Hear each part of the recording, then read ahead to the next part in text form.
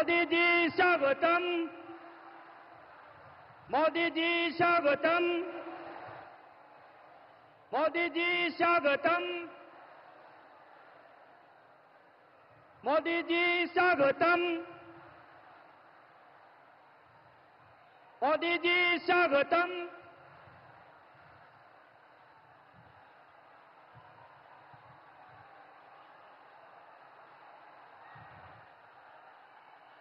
मैं सबसे पहले हमारे देश के यशस्वी प्रधानमंत्री, केवल देश के नहीं हमारे विश्व के नेता एवं देश के हमारे यशस्वी प्रधानमंत्री श्री नरेंद्र मोदी जी को मैं इस अलीपुर द्वार, जहां चारों ओर हरियाली है, चाय बगान है, गेंडे हैं, हाथियां हैं और मयूर है, ऐसे पुण्य भूमि पर हम सभी अलीपुर द्वार वासी, चाहे कोच हो, मेच हो, राभा हो, टोटो हो, आदिवासी हो, गोरखा हो, बांग्ला भाषी हो, हिंदी भाषी हो, हम सभी के तरफ से हम उनको इस कार्यक्रम में, जो कि ऑपरेशन सिंदूर के बाद में बंगाल में पहली बार इस अलीपुर द्वार की पुण्य भूमि में यहां पर उपस्थित हुए हैं, हम अपनी दिल की गहराइयों से उनका स्वागत करते हैं। तो इस स्वागत कार्यक्रम में मैं सबसे पहले हमारे इस राज्य के सभापति और हमारे केंद्र में शिक्षा प्रतिमंत्री और इस उत्तर पूर्व के विकास के मंत्री श्री सुकांतो मजुमदार जी को खदा के द्वारा सम्मानित करने के लिए आह्वान करता हूं। साथ ही हमारे पश्चिम बंगाल के लड़ाकू नेता और पश्चिम बंगाल विधानसभा के विरोधी दल के नेता सम्माननीय शुभेंदु अधिकारी जी को, हमारे आदरणीय प्रधानमंत्री जी को सम्मान करने के लिए आह्वान करता हूं। साथ ही हमारे जिले के सभापति और भी हमारे 2 जिले के सभापति हैं, उन्हें आदरणीय प्रधानमंत्री जी को प्रतिकृति देकर के सम्मानित करने के लिए आवेदन करता हूं। जिले सभा मिठू दास, हमारे जलपाईगुड़ी जिले के सभापति और कूच बिहार के सभापति, जिले सभापति।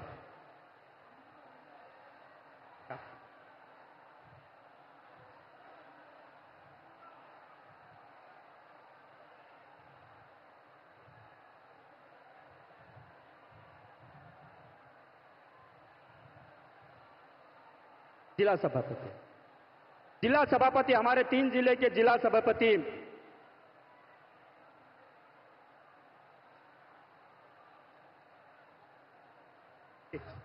उसके बाद में मैं हमारे राज्य के वाइस प्रेसिडेंट श्री रथींद्र बोस जी द्वारा संपादित बंगाली में पुस्तक, जो हमारे नरेंद्र मोदी जी का जो विभिन्न भाषा ने उनको संपादित,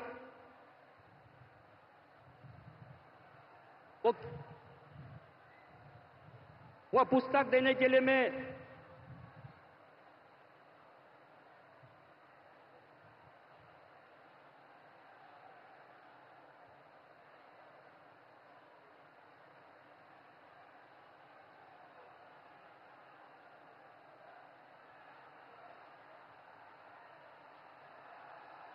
जिला सभापति,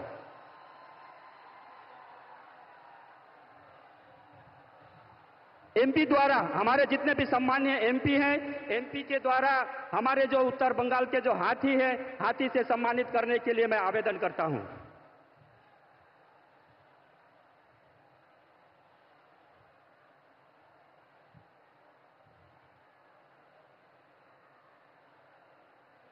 इसके बाद हमारे जितने भी सम्मानीय एमएलए हैं, सम्मानीय एमएलए साहब सबको जो मदन मोहन मंदिर का जो अपना प्रतिकृति है उसको देकर के माननीय प्रधानमंत्री जी को सम्मान करने के लिए आवेदन करता हूं।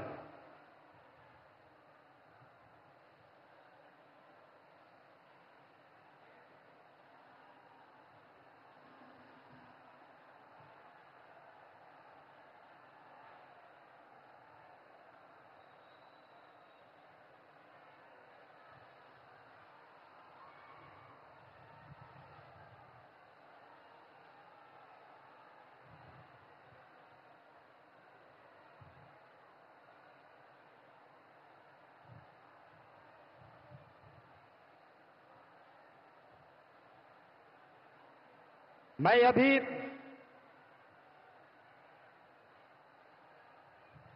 सम्मान समारोह के बाद में मैं हमारे पश्चिम बंगाल विधानसभा के विरोधी दल के नेता श्री शुभेंदु अधिकारी जी को स्वागत भाषण देने हेतु मंच पर आमंत्रित करता हूं।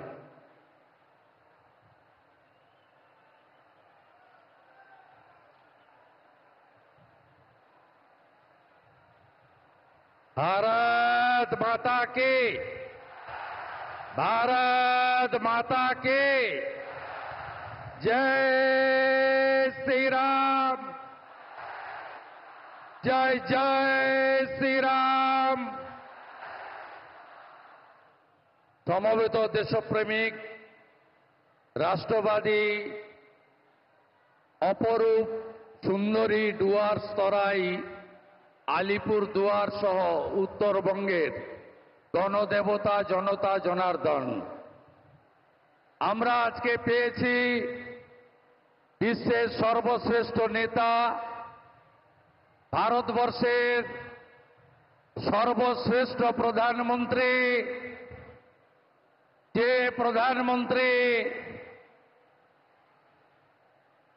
100 কিলোমিটার ভিতরে ঢুকে জঙ্গিদের নাম নিশান মিটিয়ে দিয়েছেন, যশস্বী প্রধানমন্ত্রী নরেন্দ্র মোদী জি। नरेंद्र मोदी जी जिंदाबाद।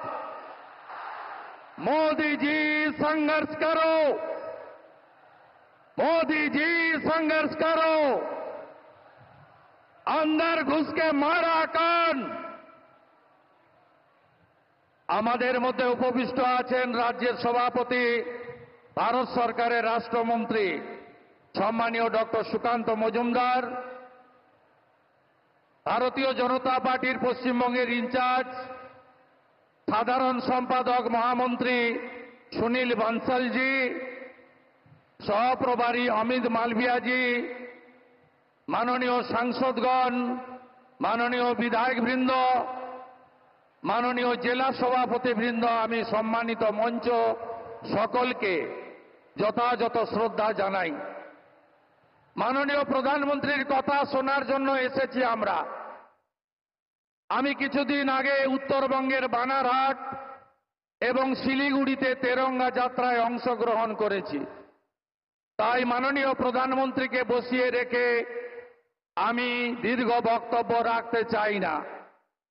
আমি শুধু আপনাদের কাছে আবেদন করব, এই উত্তরবঙ্গ সহ গোটা পশ্চিমবঙ্গকে গত 14 বছর ধরে যারা লুট করেছে, যারা দুর্নীতি করেনি এমন কোনো জায়গা নেই, যারা পশ্চিমবঙ্গে তোষণের রাজনীতি ভয়ঙ্করভাবে করছে, এই ভ্রষ্টাচারী তৃণমূল কংগ্রেস, হিন্দু বিরোধী তৃণমূল কংগ্রেস সরকারকে আগামী কয়েক মাস পরে বিধানসভা ভোটে আমাদের ছুঁড়ে ফেলে দিয়ে পশ্চিমবঙ্গে নরেন্দ্র মোদীজির আশীর্বাদ ধন্য একটি রাষ্ট্রবাদী সরকার তৈরি করার শপথ এই পরিবর্তন সংকল্প র্যালি থেকে নিতে হবে।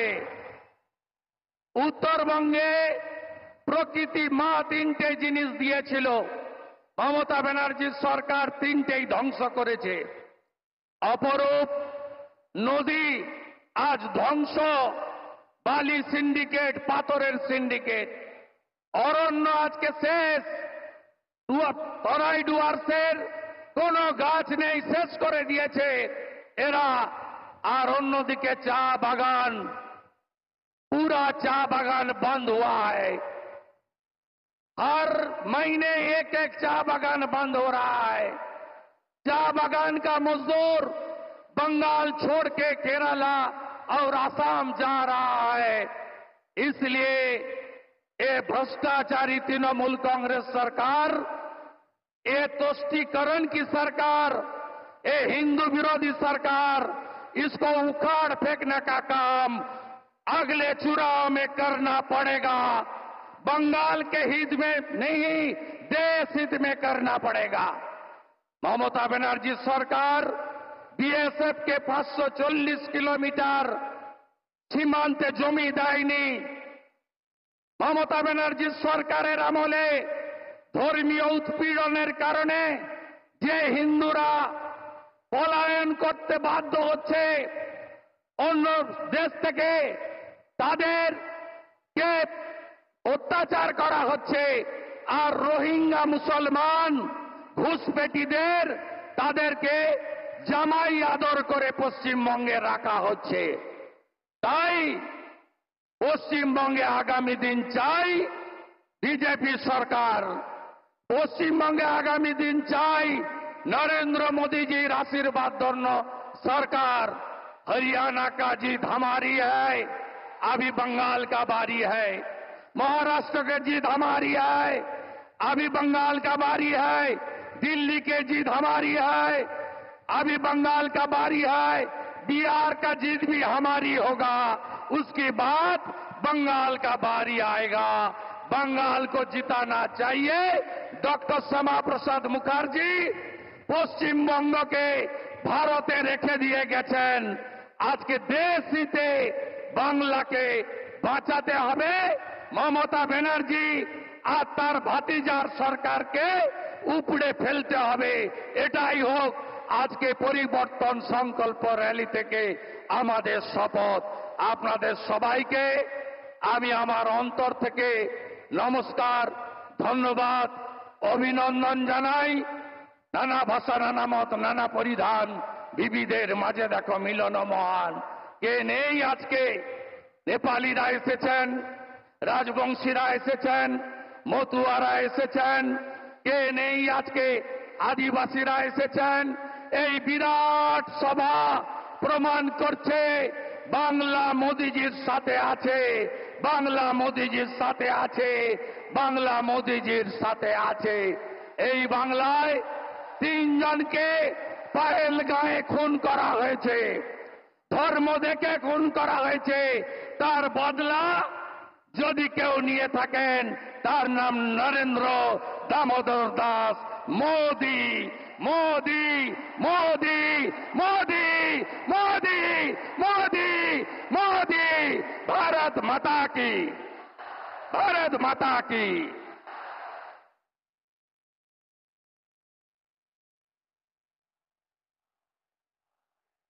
हमारे पश्चिम बंगाल विधानसभा के विरोधी दल नेता सम्माननीय शुभेंदु अधिकारी जी को बहुत बहुत धन्यवाद। मैं इसके बाद हमारे पश्चिम बंगाल के बीजेपी के सभापति एवं भारत सरकार में शिक्षा प्रतिमंत्री और उत्तर पूर्व मंत्रालय के प्रतिमंत्री डॉक्टर सुकांतो मजुमदार को आप सभी को संबोधन हेतु आमंत्रित करता हूं।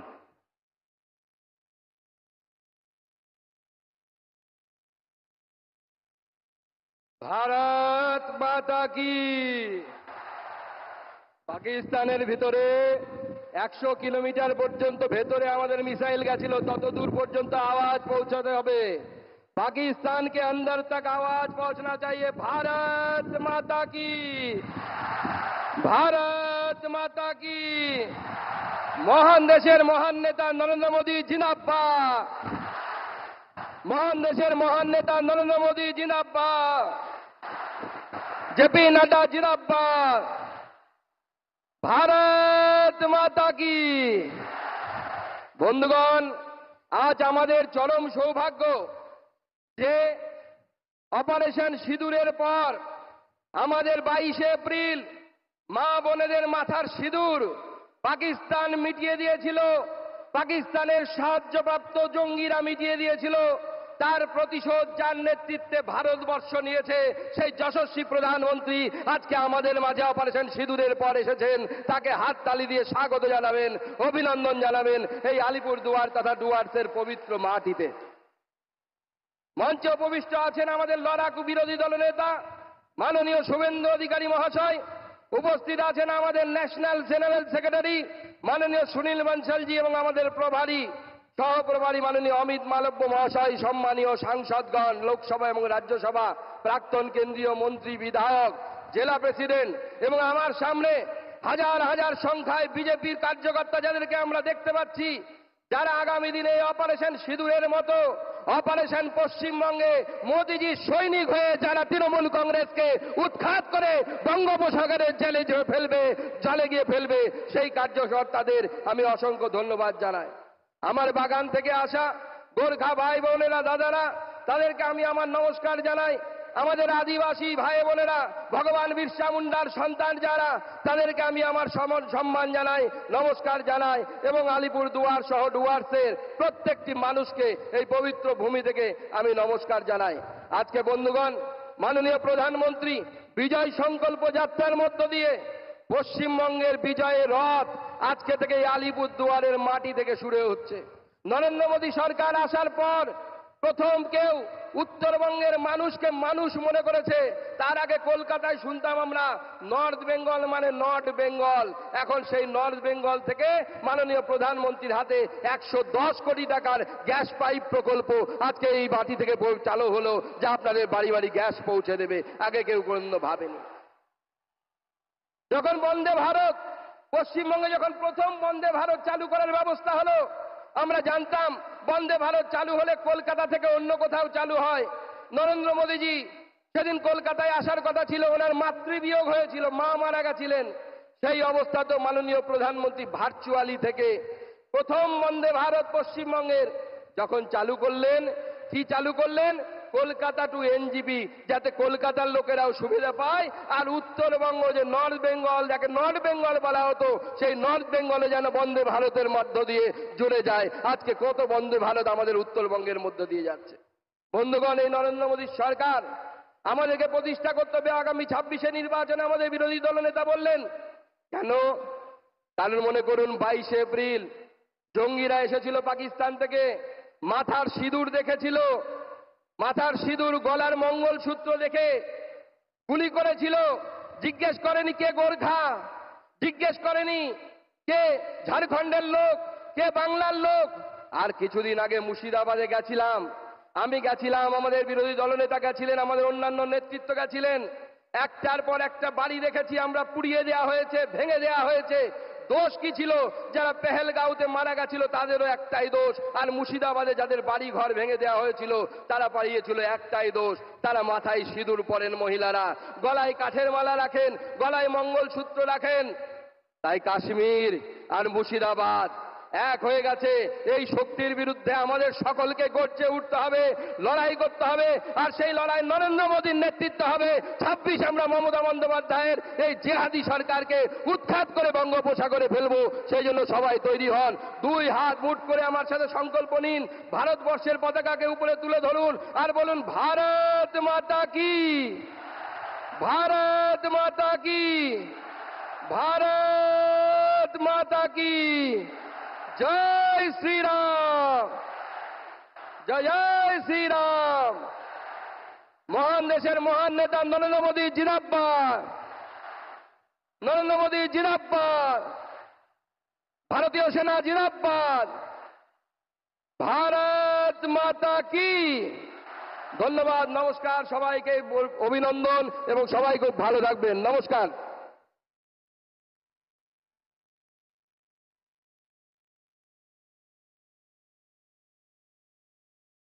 डॉक्टर श्री सुकान्त मजुमदार महाशय के अनेक अनेक धन्यवाद।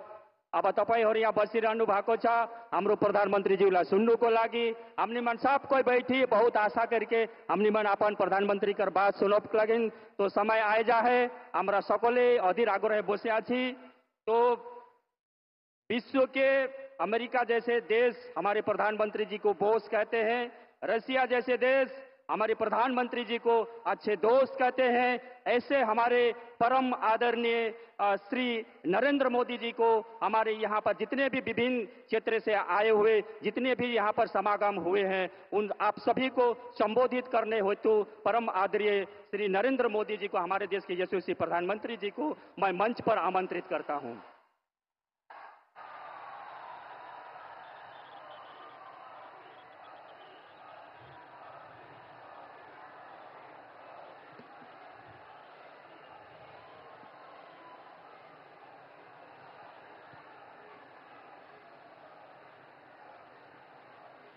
भारत माता की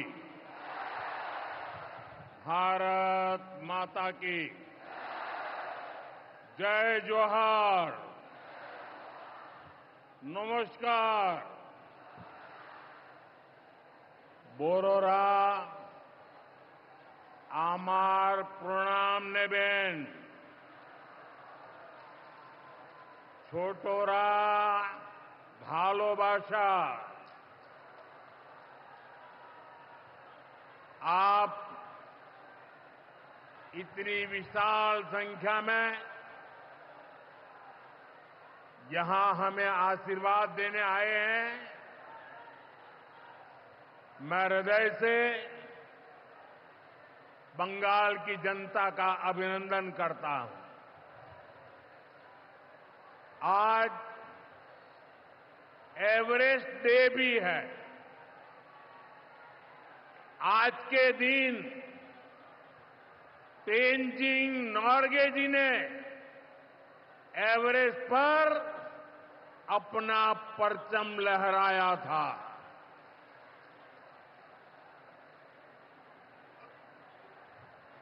उनके सम्मान में हम भी अपना तिरंगा फहराएंगे।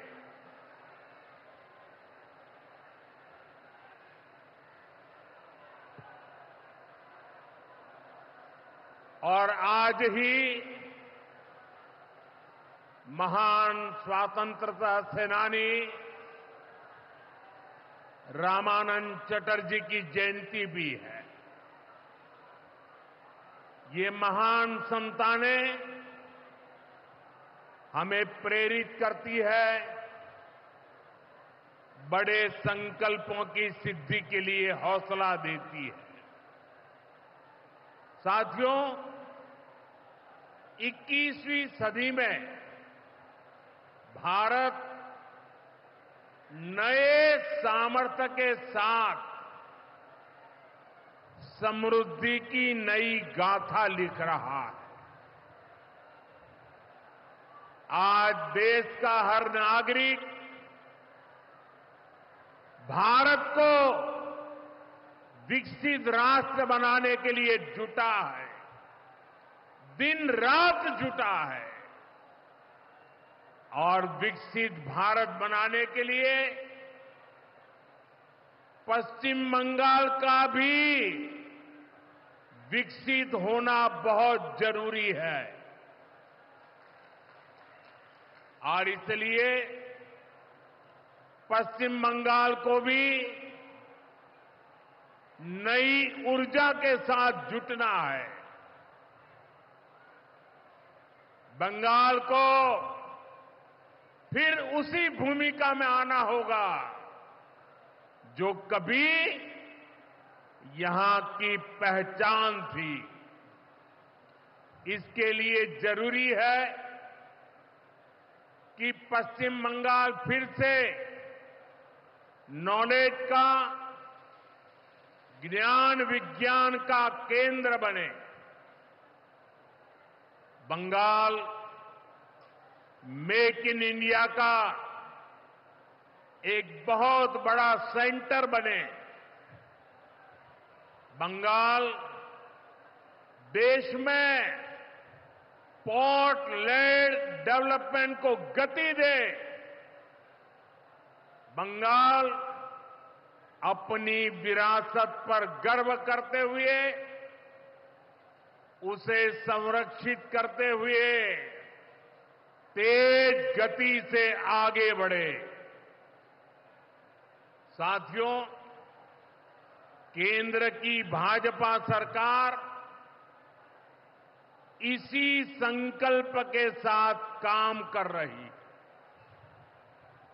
भाजपा पूर्वोदय की नीति पर चल रही है।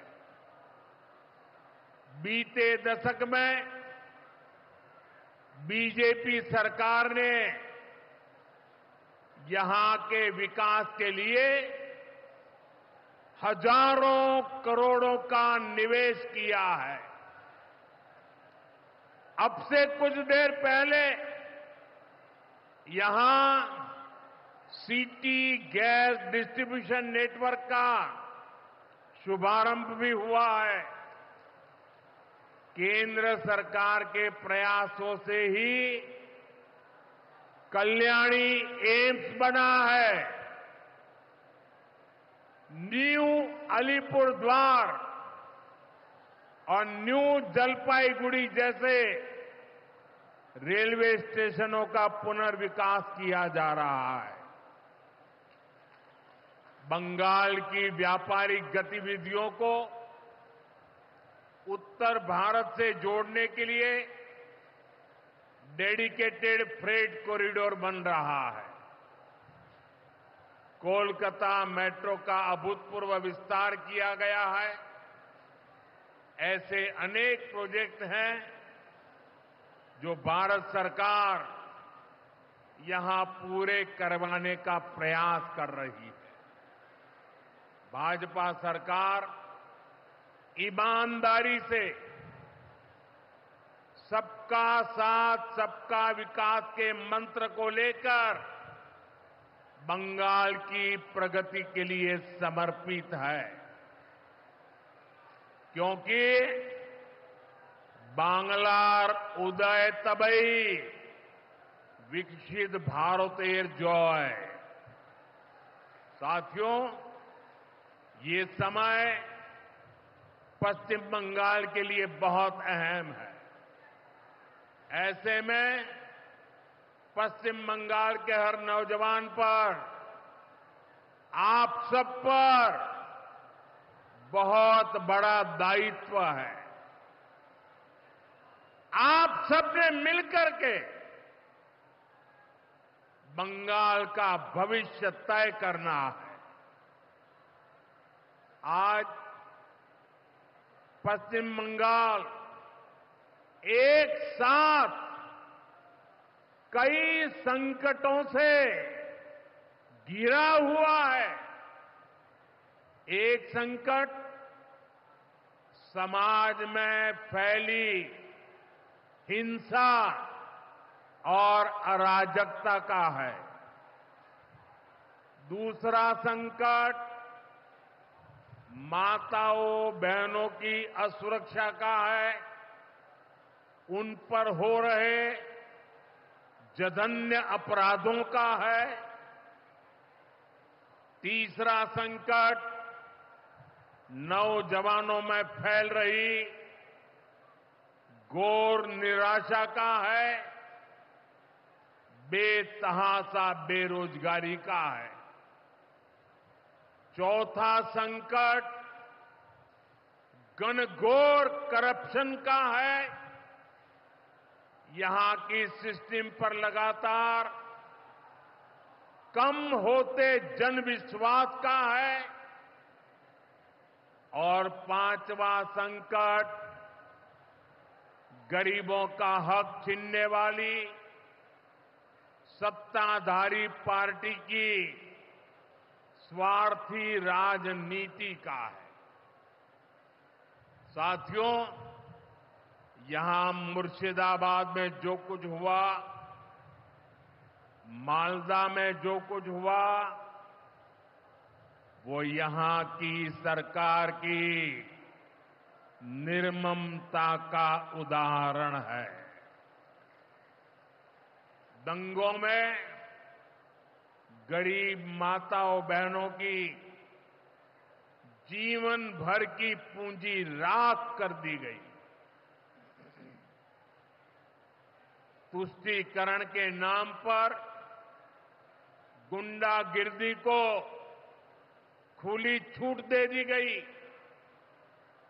जब सरकार चलाने वाले एक पार्टी के लोग, विधायक, कॉरपोरेटर ही लोगों के घरों को चिन्हित करके जलाते हैं और पुलिस तमाशा देखती है,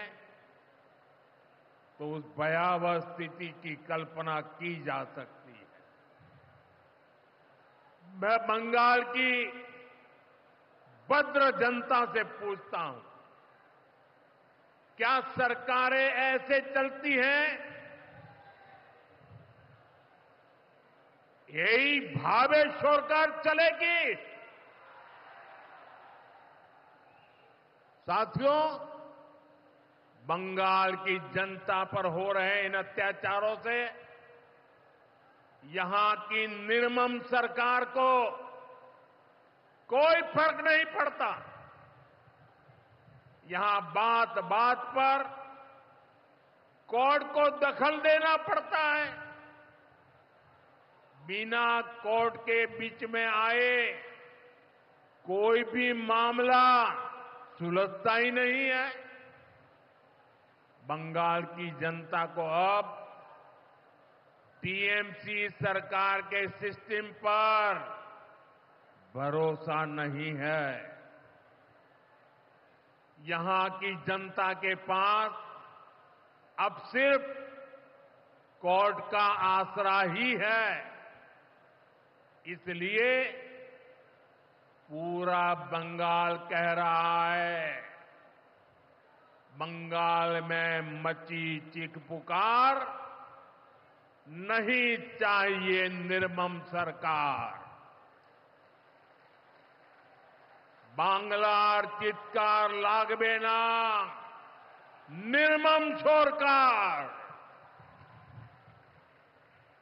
साथियों, भ्रष्टाचार का सबसे बुरा असर नौजवानों पर पड़ता है, गरीब और मिडिल क्लास परिवारों पर होता है। भ्रष्टाचार कैसे चारों तरफ बर्बादी लाता है, ये हमने टीचर भर्ती घोटाले में देखा है। टीएमसी सरकार ने अपने शासनकाल में हजारों टीचर्स का फ्यूचर बर्बाद कर दिया, उनके परिवारों को तबाह कर दिया, उनके बच्चों को असहाय छोड़ दिया। टीएमसी के घोटालेबाजों ने सैकड़ों गरीब परिवार के बेटे बेटियों को अंधकार में धकेल दिया है। ये सिर्फ कुछ हजार टीचर्स के भविष्य के साथ खिलवाड़ नहीं है, बल्कि पश्चिम बंगाल के पूरे एजुकेशन सिस्टम को बर्बाद किया जा रहा है। टीचर्स के अभाव में लाखों बच्चों का भविष्य दांव पर है। इतना बड़ा पाप टीएमसी के नेताओं ने किया है। हद तो ये है कि ये लोग आज भी अपनी गलती मानने को तैयार नहीं है। उल्टा देश की अदालत को, न्यायपालिका को, कोर्ट को दोषी ठहराते हैं। साथियों, टीएमसी ने चाय बागान में काम करने वाले साथियों को भी नहीं छोड़ा है। यहां सरकार की कुनीतियों के कारण टी गार्डन लगातार बंद होते जा रहे हैं। मजदूरों के हाथ से काम निकलता चला जा रहा है। यहां पीएफ को लेकर जो कुछ भी हुआ वो बहुत शर्मनाक है। ये गरीब मेहनतकश लोगों की कमाई, उस पर डाका डाला जा रहा है। टीएमसी सरकार इसके दोषी लोगों को बचाने की कोशिश कर रही है। और मैं बंगाल के मेरे भाई बहन आपको विश्वास दिलाने आया हूं, भाजपा ये नहीं होने देगी।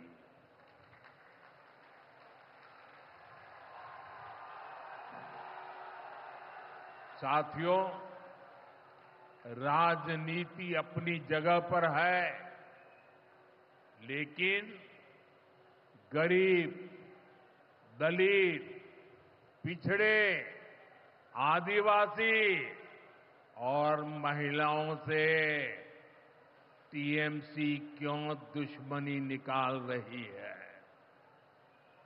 पश्चिम बंगाल के गरीब एससी, एसटी, ओबीसी के लिए जो भी योजनाएं देश में चल रही है, उनमें से बहुत सारी योजनाएं यहां लागू ही नहीं होने दी जा रही है।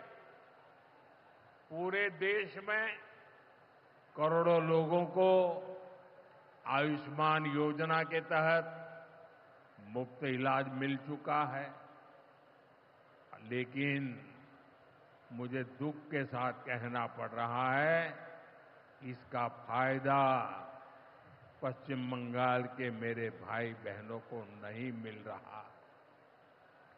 पश्चिम बंगाल का कोई साथी अगर दिल्ली, बेंगलुरु, चेन्नई गया है, उसको वहां मुफ्त इलाज नहीं मिल पाता है, क्योंकि निर्मम सरकार ने बंगाल के अपने लोगों को आयुष्मान कार्ड देने ही नहीं दिया।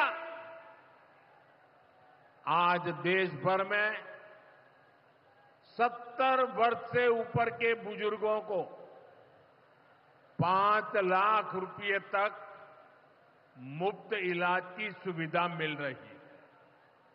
मैं तो चाहता हूं कि पश्चिम बंगाल में भी 70 वर्ष से ऊपर के सभी बुजुर्गों को मुफ्त इलाज की सुविधा मिले, लेकिन टीएमसी सरकार ये नहीं करने दे रही है।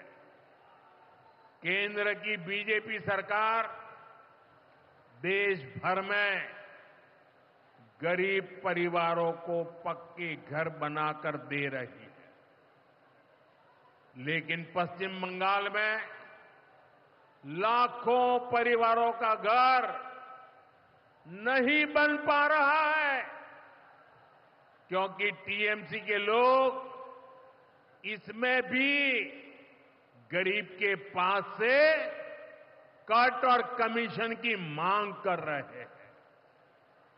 आखिर टीएमसी सरकार आप लोगों को लेकर इतनी निर्मम क्यों है? साथियों, यहां की निर्मम सरकार के जितने उदाहरण दो वो कम है। पश्चिम बंगाल में बहुत बड़ी संख्या में हमारे विश्वकर्मा भाई बहन हैं। ये लोग हाथ के हुनर से अनेक प्रकार के काम करते हैं। इनके लिए पहली बार भाजपा सरकार विश्वकर्मा योजना लाई है। इसके तहत देश के लाखों लोगों को ट्रेनिंग मिली है, पैसा मिला है, नए टूल मिले हैं, आसान ऋण मिला है, लेकिन पश्चिम बंगाल में 8 लाख एप्लीकेशन अभी भी लटकी पड़ी है। निर्मम सरकार उस पर बैठ गई है, क्योंकि टीएमसी सरकार इस योजना को भी लागू नहीं कर रही है। साथियों, टीएमसी सरकार की मेरे आदिवासी भाई बहनों से भी दुश्मनी कुछ कम नहीं है। देश में पहली बार जनजातियों में भी सबसे पिछड़ी जनजातियों के लिए पीएम जनमन योजना बनाई गई है। पश्चिम बंगाल में बहुत बड़ा आदिवासी समाज है।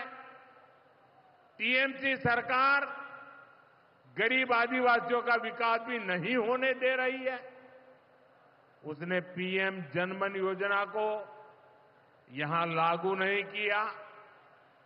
टीएमसी हमारे आदिवासी समाज को भी वंचित ही रखना चाहती है। साथियों, टीएमसी को आदिवासी समाज के सम्मान की परवाह नहीं है।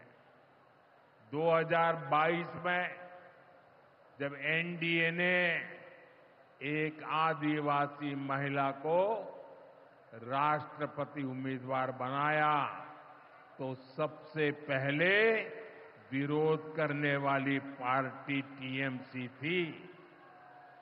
बंगाल के आदिवासी इलाकों की उपेक्षा भी यही दिखाती है कि इन्हीं आदिवासी समाज से टीएमसी वालों को कोई लगाव नहीं है, कोई लेना देना नहीं।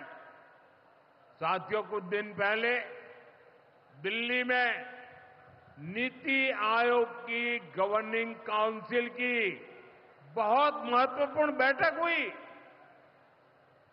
ये एक अहम मंच होता है जहां देश भर के मुख्यमंत्री मिलकर विकास पर चर्चा करते हैं।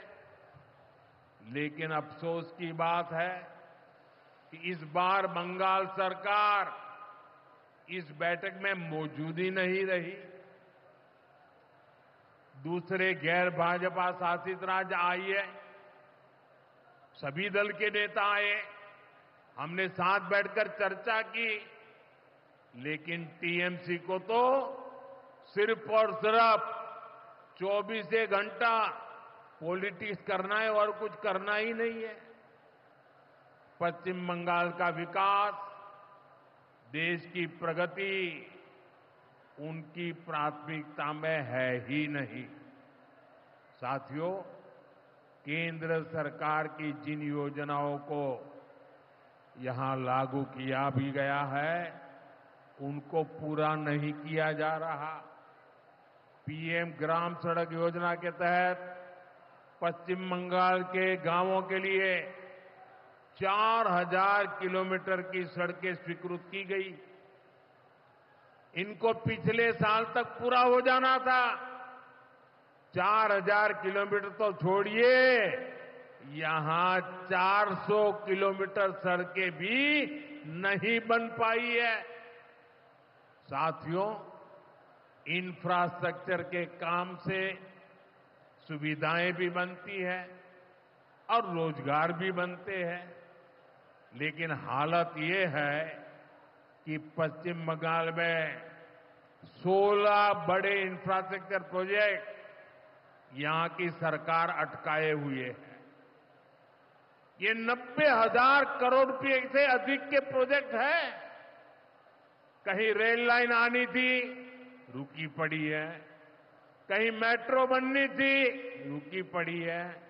कहीं हाईवे बनना था, बंद पड़ा है। कहीं अस्पताल बनना था, कोई पूछने वाला नहीं। ऐसे प्रोजेक्ट्स को ये टीएमसी ने लटका करके रखा है। ये पश्चिम बंगाल के आप लोगों के साथ बहुत बड़ा धोखा है। साथियों, आज जब सिंदूर खेला की इस धरती पर आया हूं तो आतंकवाद को लेकर भारत के नए संकल्प की चर्चा स्वाभाविक है। 22 अप्रैल को पहलगाम में, जम्मू कश्मीर में आतंकियों ने जो बर्बरता की, उसके बाद पश्चिम बंगाल में भी बहुत गुस्सा था। आपके भीतर जो आक्रोश था, आपका जो गुस्सा था, उसको मैं भली भांति समझता था। आतंकवादियों ने हमारी बहनों का सिंदूर मिटाने का दुस्साहस किया। हमारी सेना ने उनको सिंदूर की शक्ति का एहसास करा दिया।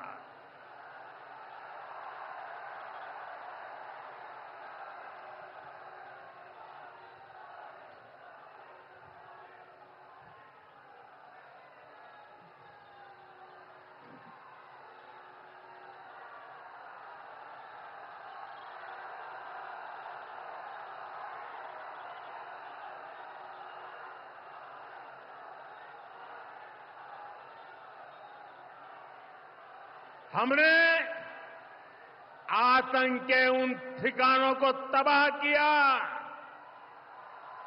जिनकी पाकिस्तान ने कल्पना तक नहीं की थी। साथियों, आतंक को पालने वाले पाकिस्तान के पास दुनिया को देने के लिए कुछ भी पॉजिटिव नहीं है। जब से वो अस्तित्व में आए हैं तब से ही उसने सिर्फ आतंक को पाला है। 1947 में बंटवारे के बाद से ही उसने भारत पर आतंकी हमला किया। कुछ सालों के बाद उसने यहां पड़ोस में आज के बांग्लादेश में जो आतंक फैलाया, पाकिस्तान की सेनाओं ने जिस प्रकार बांग्लादेश में रेप किए, मर्डर किए, वो कोई भूल नहीं सकता।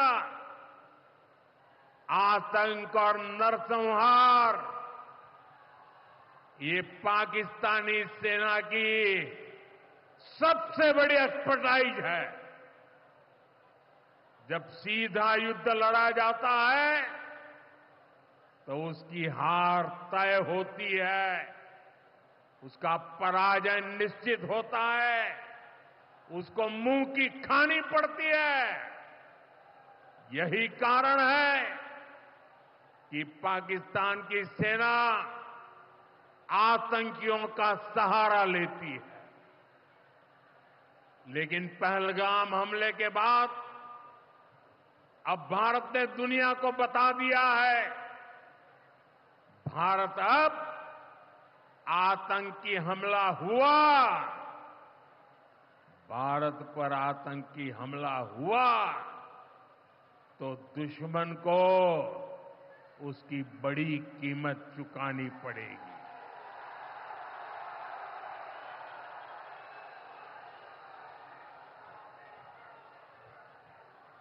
और पाकिस्तान समझ ले 3 बार घर में घुस करके मारा है तुम्हें।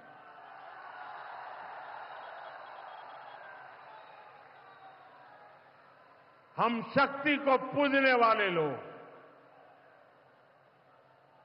हम महिषासुर मर्दिनी को पूजते हैं। बंगाल टाइगर की इस धरती से 140 करोड़ भारतीयों का ऐलान है। ऑपरेशन सिंदूर अभी खत्म नहीं हुआ है।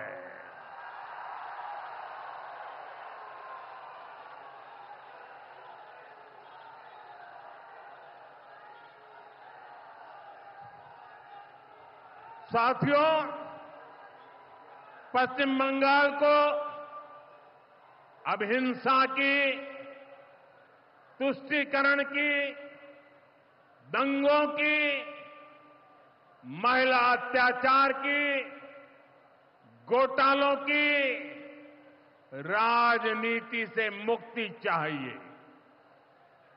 अब पश्चिम बंगाल के सामने भाजपा का विकास मॉडल है। आज भाजपा देश के कई राज्यों में सरकारें चला रही है। देश के लोग बार बार भाजपा को अवसर दे रहे हैं। पड़ोस में असम हो, त्रिपुरा हो या फिर ओडिशा, यहां भाजपा सरकारें तेजी से विकास कार्यों में जुटी है। मैं बंगाल के सभी भाजपा कार्यकर्ता साथियों से कहूंगा, हमें कमर कसकर तैयार रहना है।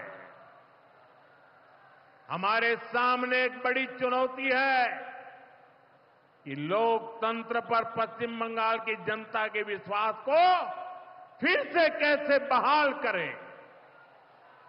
हमें पश्चिम बंगाल के हर परिवार को सुरक्षा की, सुशासन की और समृद्धि की गारंटी देनी है। इसके लिए आने वाले दिनों में अपने प्रयासों को हमें और तेज करना होगा। साथियों, विकसित भारत बनाने के लिए पश्चिम बंगाल का तेज विकास बहुत जरूरी है। हमें पश्चिम बंगाल को उसका पुराना गौरव लौटाना है। ये हम सभी मिलकर करेंगे और करके रहेंगे। एक बार फिर आप सभी को इतनी बड़ी संख्या में यहां आने के लिए बहुत बहुत आभार व्यक्त करता हूं। मेरे साथ तिरंगा ऊंचा करके बोलिए, भारत माता की, भारत माता की, भारत माता की, भारत माता की। बहुत बहुत धन्यवाद।